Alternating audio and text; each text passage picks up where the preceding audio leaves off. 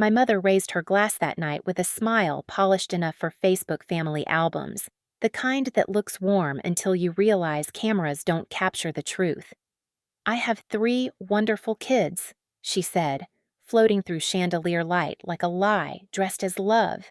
Sienna Pierce, technically my cousin but groomed as her daughter, stood beside her glowing in white lace, while Landon Pierce and Monica Rowe clinked glasses like heirs to a throne.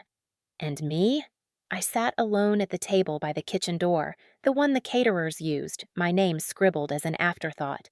My name is Avery Grant, and maybe you've felt this too, the ghost of your own family, appearing only when someone forgets to crop you out. Vivian, my mother, never once looked my way. Not during the toast, not during the speeches, not even when friends praised her beautiful children. I wasn't an afterthought. I was a placeholder. A girl in a borrowed dress wearing a ribbon that said staff. I didn't come for the wedding. I came for her. Because when you've been erased long enough, you learn to write your name in ink no one can wash off. I watched through fake smiles and cake cutting, remembering the father-daughter dance my own father never got to share because he died thinking I was still loved. Finally, I stood, calm as a storm forming, and walked to the gift table. I picked up a long, white box with a black ribbon and carried it to the stage. "Hi, Mom," I said into the live mic. "I brought something for you." The ballroom froze. Her smile cracked as I opened the box, revealing 3 envelopes stamped with a law firm's crest. Inheritance, property, DNA results. The deed she secretly transferred into Landon's name after my father died. The forged will she signed, pretending to be William Grant. And the DNA test that rewrote our family tree.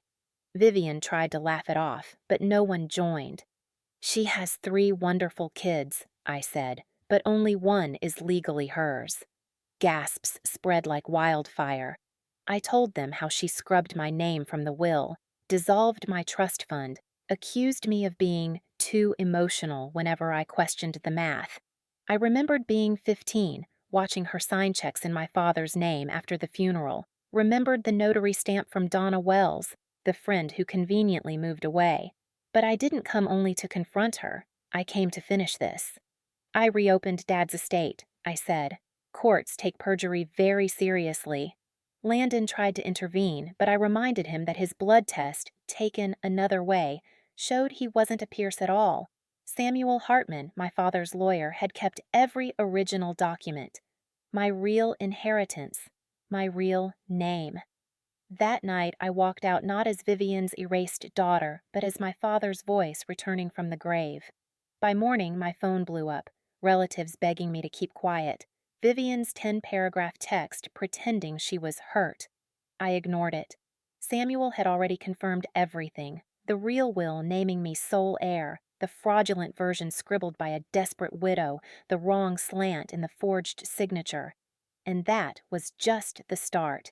Vivian had funneled $118,000 into Landon's fake startup 2 days after the funeral, a shell company funded by my father's life insurance.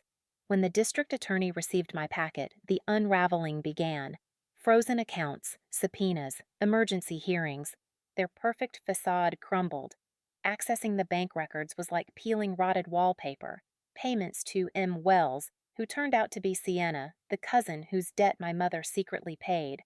The same cousin she dressed in pearls while telling me I was too old to need help. I had $46 in my account that day. She knew. She didn't care. When the first court hearing came, I read aloud the letter my father wrote before he died, apologizing for fearing Vivian would steal everything meant for me. The judge's ruling was swift. Financial fraud against your own daughter is still fraud. They cuffed Vivian as she begged, "Avery, you don't have to do this." "Neither did you," I replied, but I wasn't done.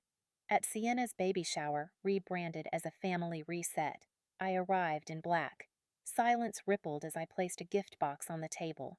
Inside, the notarized amendment to my father's real will, the restitution order requiring them to repay every stolen dollar and his pocket watch, the one they claimed was lost. I lifted it to the light. "He didn't forget me. You just buried everything that was mine." That night, Sienna's husband, Evan Carter, called at 2:08 a.m. "I read everything," he said, hollow. "I'm taking the baby. She's not safe in that house." Vivian called 7 times afterward. Her voicemail cracked for 3 seconds in my chest. "I thought you loved me." I did. But love without boundaries becomes a leash, and I finally cut it. At the last mediation, I handed Vivian my father's backup will. The real truth. Her face collapsed as she realized everything, house, accounts, assets, belonged to me. "You just want to hurt us," Landon said. "No," I replied. "I want you to remember who you tried to erase." The last time I saw Vivian, she stood barefoot in the driveway of what used to be her house, robe loose, suitcase beside her, finally forced to look at the daughter she spent decades pretending didn't exist. I didn't wave. I walked into my father's house, unpacked the things she tried to bury. My baby photo with his handwriting, his letter from my 16th birthday, the pocket watch still ticking like a heartbeat that never left me. Months later, the estate sale made headlines. Prominent Baltimore family collapses under fraud investigation. Landon bankrupt. Sienna gone. Vivian vanished into rumor. People ask if I regret it. I tell them the same thing. It wasn't revenge. It was reclamation. I wasn't destroying a family. I was reclaiming myself from one. At the first dinner I hosted in my new home, surrounded by the only people who ever truly loved me, I raised a glass. "I don't have 3 wonderful kids," I said. "I have one life, and I finally chose me." As the glasses clinked, I placed my father's watch on the table, still ticking, still mine, and in that moment, I knew. They could erase me from photos, from speeches, from wills, but they'd never erase the ending, because I wrote it.